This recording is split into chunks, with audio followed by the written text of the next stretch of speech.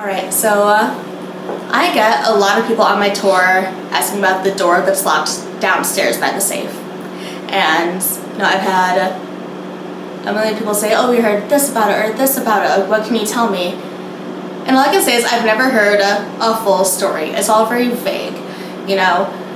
Some heckler is on the tour or someone's being disrespectful to the spirits and then the door will shake or hit them, or they've been known to never come back to Shakers again, something like that, which is why it's locked. Some people have claimed to see a little girl behind it, a dog, a portal to hell, what have you.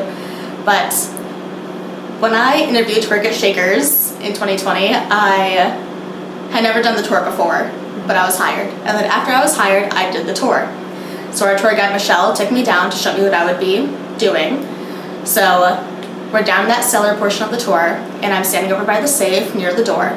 And after her talking a little bit about the safe, I start to feel like I'm being suffocated.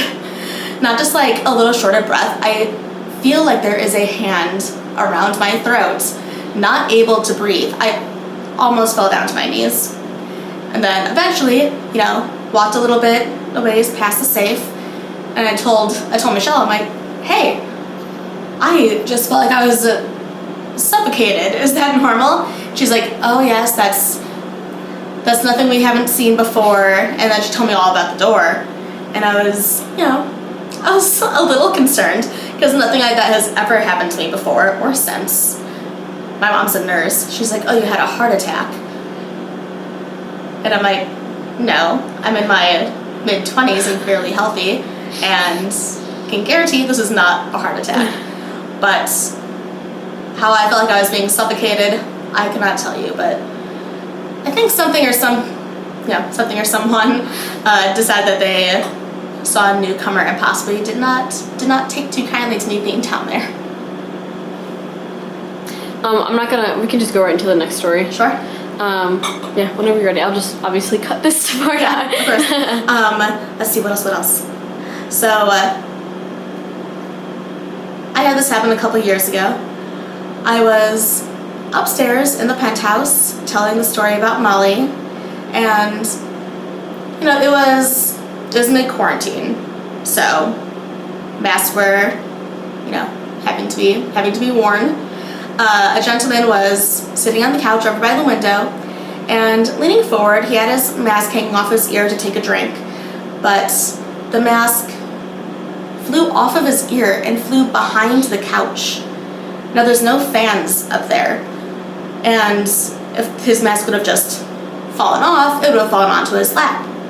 So, thankfully, this was a 2.0 tour, so we got to use the divining rods and, kind of ask around, hey, why did this happen?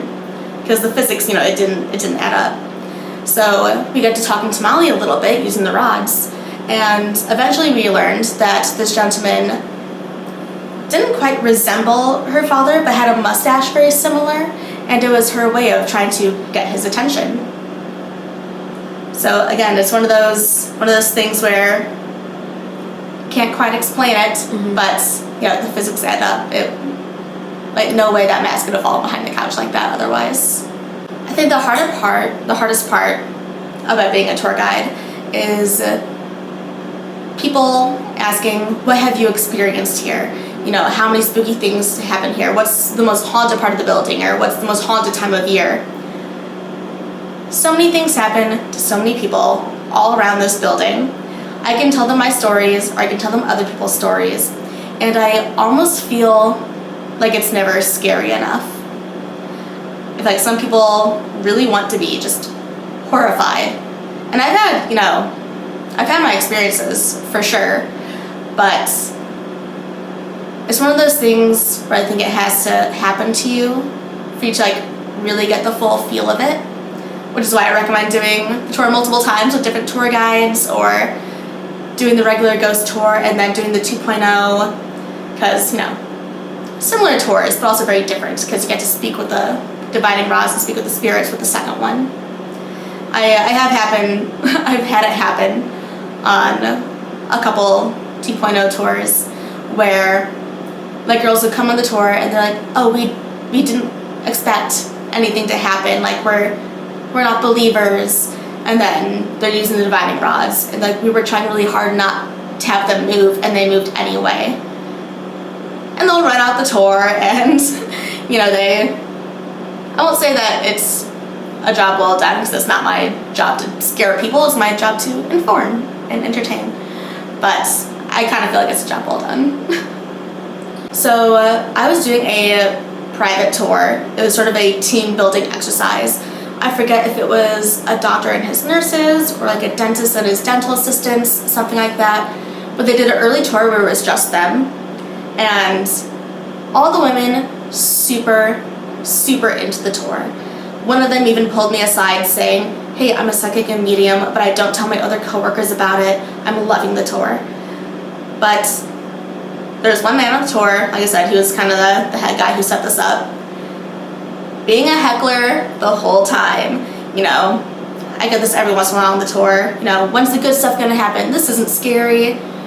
You know, come out, go, something I'm afraid of you. You know, just being kind of a heckler. But I will say it always happens on my tours where there's a tour like that, or it's almost always girlfriends bringing their boyfriends on the tour, and they're super into it. Their boyfriends or husbands, you know, really just there for them. Kind of being dicks about it. But sure enough, after the cellar portion of that tour, that little team building exercise group, the guy is sitting on a stool at the front bar and not leaning on it or especially drunk at all, but that chair flies back and he hits his head on the ground. Just a whole poof. Now, I'm not saying I told you so, but we all did say, hey, be respectful, because whether you believe in the spirits or not, they don't care. They are here regardless.